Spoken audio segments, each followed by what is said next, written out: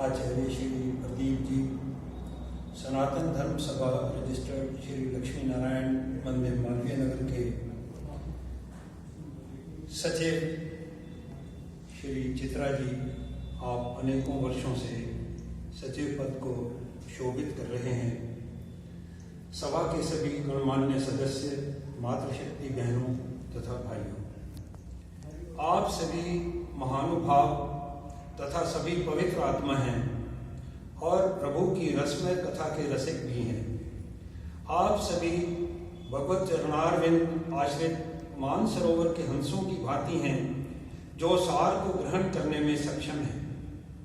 परम पिता परमात्मा के चरण कमलों में कोटि कोटि प्रणाम करते हुए मैं आज श्री राधा कृष्ण जी के शरणापन्न होकर ज्ञान की अधिष्ठात्री देवी सरस्वती जी से प्रार्थना करता हूँ कि वे मुझ पर कृपा करें और मेरी जिह्वा तथा वाणी पर विराजमान हों। बोलते हुए अगर मुझसे कोई गलती हो जाए या त्रुटि हो जाए तो आप सभी ज्ञानी जन मुझे क्षमा कर देंगे।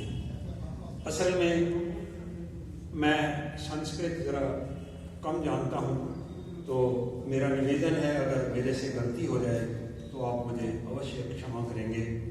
आइए सबसे पहले सांसारिक विषयों से मन को हटाकर प्रभु की शरण में एकाग्र हों, ताकि जो है हम इसका आनंद उठा सकें। हरि बोल प्यारी रसना, हरि बोल प्यारी रसना। हरि बिन सारा जग है सपना, बोल हरि बिन सारा जग है सपना। हरि बोल प्यारी रसना, हरि बोल प्यारी रसना। हरि बिन सारा जग है सपना, बोलो हरि बिन सारा जग है सपना। आइए अब आज के विषय गीता जयंती की ओर चलते हैं। आज का दिन बहुत ही पवित्र दिन है, जैसा कि ओम प्रकाश जी ने भी कहा, पर उन्होंने एक बात नहीं कही जिसको मैं सबसे पहले बताना चाहता हूँ कि गीता जयंती जो है वो हर वर्ष, आप जानते ही होंगे वैसे तो, परंतु फिर भी मैं बता रहा हूँ, ये एकादशी के दिन ही आती है। ये मोक्षदा एकादशी जो है बहुत ही पवित्र दिन होता है और ये जो मास चल रहा है ये भी श्री कृष्ण भगवान का बहुत ही प्रिय मास है।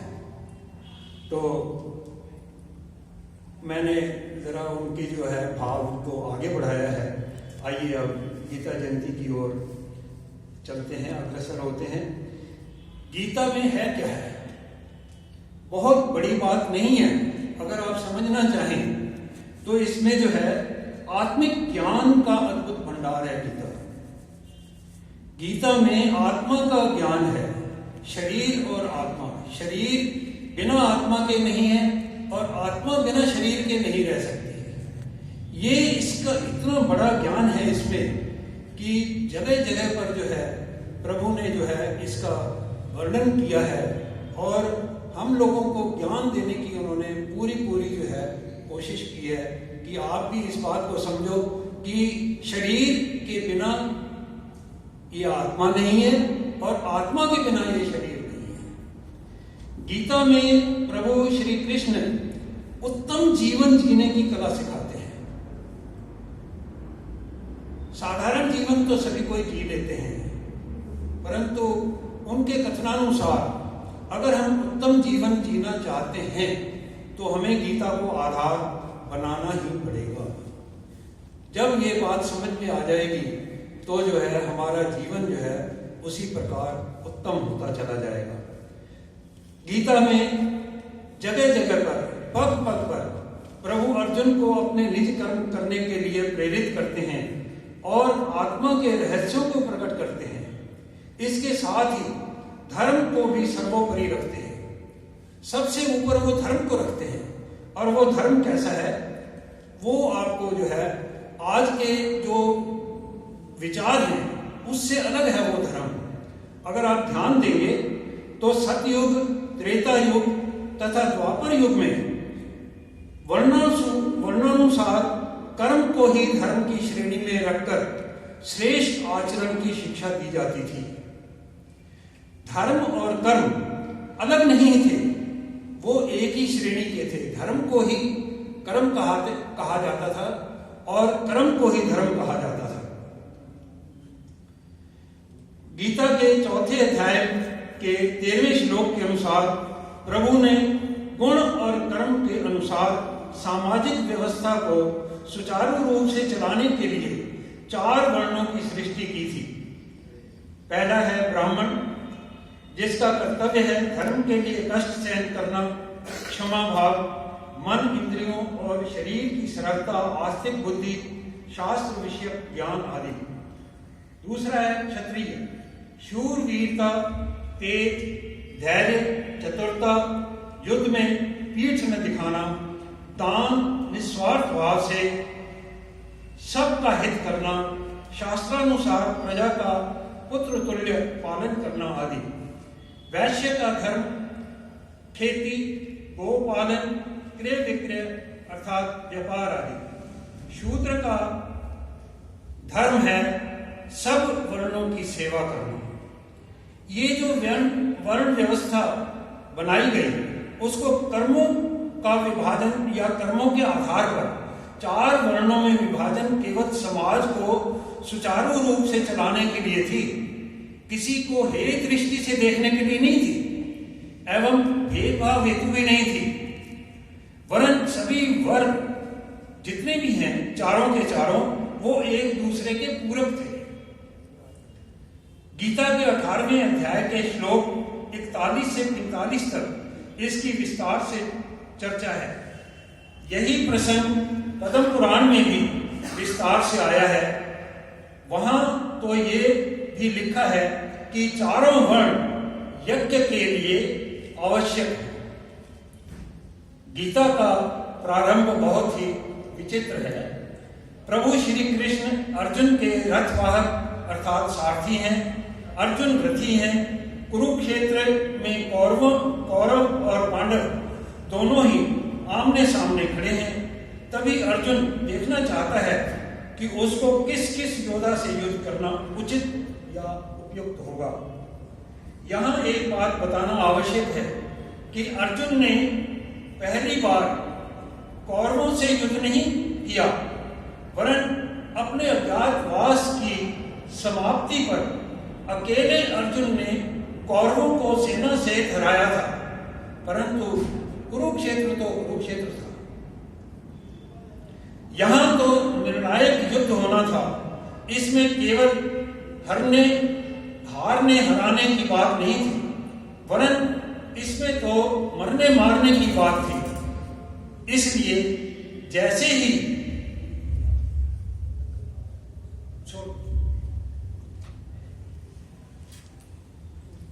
ओ शांति शांति शांति। कुरुक्षेत्र था। यहां तो निर्णायक युद्ध होना था। इसमें केवल हारने या हराने की बात नहीं थी, वरन इसमें तो मरने मारने की बात थी। इसलिए जैसे ही उनका रथ दोनों सेनाओं के मध्य में पहुंचा और अर्जुन ने अपने स्वजनों को शत्रु सेना में देखा तो उसके मन में आया कि क्या वो राज्य के लिए मृत्यु का तांडव देखना चाहता है, अपने ही स्वजनों को मार सकेगा। ये विचार आते ही उसका मन क्षोभ से भर गया और वह अपने गांडीव से रथ में बैठ गया और भगवान श्री कृष्ण से युद्ध न करने को कहा। यहीं से गीता का ज्ञान आरंभ होता है। प्रभु अर्जुन को समझाते हुए कहते हैं, बहुनी मे व्यतीतानि जन्मानि तव च अर्जुन तान्यहं वेद सर्वाणि न तवं वेत्त परन्तप। गीता का 4 अध्याय 5वां श्लोक। मेरे और तुम्हारे अनेक जन्म हो चुके हैं, परंतु तुम नहीं जानते, मैं जानता हूं। और ये कौरव और पांडव भी अनेक जन्म ले चुके हैं और आगे भी लेंगे। इसलिए मायामय शरीरों के लिए सोचना कैसा? ये तो मृत्यु तो अवश्य भावी है। आत्मा अमर है और अपने कर्मानुसार यह फिर शरीर धारण करती है।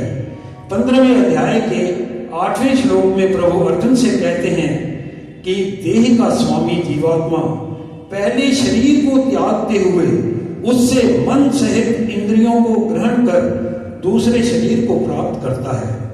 वैसे तो गीता का प्रत्येक शब्द और श्लोक मनन करने लायक है, परंतु जब प्रभु कहते हैं कि जिसका जन्म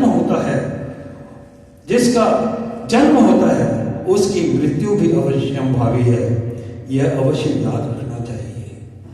आज हम इस संसार में हैं, कल को मृत्यु जो है हमें आकर के घेर लेती है, तो ये अर्थ नहीं हो जाता कि हम चले गए। हम फिर किसी और शरीर में यही आत्मा जो है दूसरा शरीर धारण करके फिर से आएगी, ये हमें याद रखना चाहिए। इसलिए उसका शोक करने का कोई भी कारण नहीं बनता। इसी प्रकार दूसरे अध्याय के 18वें श्लोक, 22वें श्लोक, 6ठे अध्याय के 43वें, 13वें अध्याय के 20वें, 31वें और 32वें श्लोक में भी शरीर और आत्मा की विवेचना की गई है। गीता के 2 श्लोक तो आप सभी लोगों को याद ही होंगे और वो आप गुनगुनाते भी रहते हैं। थोड़ी देर पहले भी आपने गुनगुनाया। दूसरे अध्याय के 47वें श्लोक में कर्मण्येवाधिकारस्ते मा फलेषु कदाचन, और दूसरा है 4थे अध्याय का 7वां श्लोक, यदा यदा ही। आप सामने हमारे देख सकते हैं, इस प्रांगण में जो है सामने ही लिखा हुआ है, यदा यदा ही धर्मस्य ग्लानिर्भवति भारत अभ्युत्थानम् अधर्मस्य तदात्मानं सृजाम्यहम्। इसके अनुसार प्रत्येक प्राणी कर्म करने में स्वतंत्र है, परंतु उसका फल कब मिलेगा ये नहीं जानता और उसकी चिंता भी व्यर्थ है। कुछ कर्मों का फल तत्काल ही प्राप्त हो जाता है, कुछ कर्मों का फल अधिक समय व्यतीत होने पर और कुछ का फल जन्म जन्मांतरों में प्राप्त होता है। प्रभु का आश्वासन है कि जब जब धर्म अधोगति की ओर जाता है तब तब वह धर्म की स्थापना हेतु अवतार लेते हैं। गीता में एक बात मुझे सर्वाधिक जो आकर्षित करती है वह है शम सम क्षत्रो च मित्रे च तथा मानयो शीतोष्ण सुख दुखेषु सम संग विवर्जित। 12वें अध्याय का 8वां श्लोक। इस श्लोक में और कई स्थानों पर प्रभु कहते आए हैं कि मनुष्य को सुख दुख, मान अपमान, शत्रु मित्र, निंदा स्तुति, ऐसे कई जो है बातें उनमें जो है सम रहना चाहिए। परंतु मेरे विचार से सबसे कठिन यही है, मनुष्य जीवन के लिए सबसे कठिन है सम रहना। सम कैसे रह सकता है? सुख दुख में अब मेरे को कष्ट हुआ तो मैं तो दुखी हूं, सुख आया तो मैं उसमें जो हर्षित होता हूं, कोई मेरे को मान देता है तो मैं प्रसन्न होता हूं, अपमान होता है तो मैं जो हूं उसी समय हो सकता है मेरे मुख से कुछ ऐसी अशुभ वाणी भी निकल जाए। तो ये जो चीजें होती हैं ये बहुत ही कठिन है, परंतु परमात्मा कृष्ण रूप में यही कहते हैं कि ऐसा भक्तिमान पुरुष उनको बहुत ही प्रिय होता है। इसके लिए देखें दूसरे अध्याय का 38वां श्लोक, 50वां श्लोक, तीसरे अध्याय का 19वां श्लोक, 14वें अध्याय का 25वां श्लोक और 5वां अध्याय तो जो है इससे परिपूर्ण है, समभाव के लिए परिपूर्ण है वो अध्याय। इसी बात को परम आदरणीय गोस्वामी तुलसीदास जी ने भी श्री रामचरितमानस में विभीषण और प्रभु के संवाद में कहलवाया है। समदर्शी इच्छा कछु नाहि, हर्ष चोक भय नहीं मन माई। अस सजन मोर बस कैसे, लोभी हृदय बसई धनु जैसे। तुम सारिखे संत प्रिय मोरे, डरऊं देह नहीं आनने होरे। तो तुलसीदास जी वही बात कह रहे हैं जो कृष्ण भगवान ने गीता में कही है। और अंत में मैं आपको बताना चाहता हूं कि गीता एक परम रहस्यमय ग्रंथ है और इस ग्रंथ पर अनेक विद्वानों ने शोध किया है, परंतु इसका वास्तविक तात्पर्य तो केवल प्रभु ही जानते हैं और कोई भी नहीं जानता। मेरे जैसे अकिंचन जो हैं अज्ञानी, वो क्या ठीक ठीक समझा सकेंगे, इसके लिए मैं क्षमा प्रार्थी हूं। आइए अर्जुन के आखिरी जो है वार्तालाप की तरफ चलते हैं, जहां पर गीता के 18वें अध्याय के 72वें श्लोक में भगवान श्री कृष्ण अर्जुन से पूछते हैं, हे पार्थ, क्या यह वचन तुमने एकाग्रचित्त से श्रवण किया है? और हे धनंजय, क्या तुम्हारा अज्ञान के द्वारा उत्पन्न हुआ वो नष्ट हो गया है? तब जो है अर्जुन उनको उत्तर देते हैं, हे कृष्ण भगवान, आपकी कृपा से मेरा मोह नष्ट हो गया है और मुझे स्मृति प्राप्त हो गई है, इसलिए मैं अब संशय रहित हुआ हूँ और आपकी आज्ञा का पालन करूँगा। आइए अंत में एक छोटा सा भजन जो है आप सब लोगों को ज्ञात ही है। यहाँ जो है वो भजन आमतौर से कहा ही जाता है, बोला ही जाता है। अब सौंप दिया इस जीवन का सब भार तुम्हारे चरणों में, सब भार तुम्हारे चरणों में है। जीत तुम्हारे हाथों में और हाथ तुम्हारे हाथों में और हाथ तुम्हारे हाथों में। जो जग में रहूं तो ऐसे रहूं, जो जग में कमल का फूल रहे। तेरे मेरे गुण और दोष समर्पित हो भगवान तुम्हारे हाथों में, भगवान तुम्हारे हाथों में। अब सौंप दिया इस जीवन का सब भार तुम्हारे हाथों में, सब भार तुम्हारे हाथों में। जब जब संसार का कैदी बनो, जब जब संसार का कैदी बनो, निष्काम भाव से कर्म करूं। फिर अंत समय में प्राण तजो, सरकार तुम्हारे हाथों में, सरकार तुम्हारे हाथों में। अब सौंप दिया इस जीवन का सब भार तुम्हारे हाथों में, सब भार तुम्हारे हाथों में। मुझ में तुझ में बस भेद यही, मुझ में तुझ में बस भेद यही। मैं नर हूँ तुम नारायण हो, मैं हूँ संसार के हाथों में, संसार तुम्हारे हाथों में, संसार तुम्हारे हाथों में। अब सौंप दिया इस जीवन का सब भार तुम्हारे हाथों में, सब भार तुम्हारे हाथों में। बोल श्री कृष्ण बलदेव की जय। धर्म की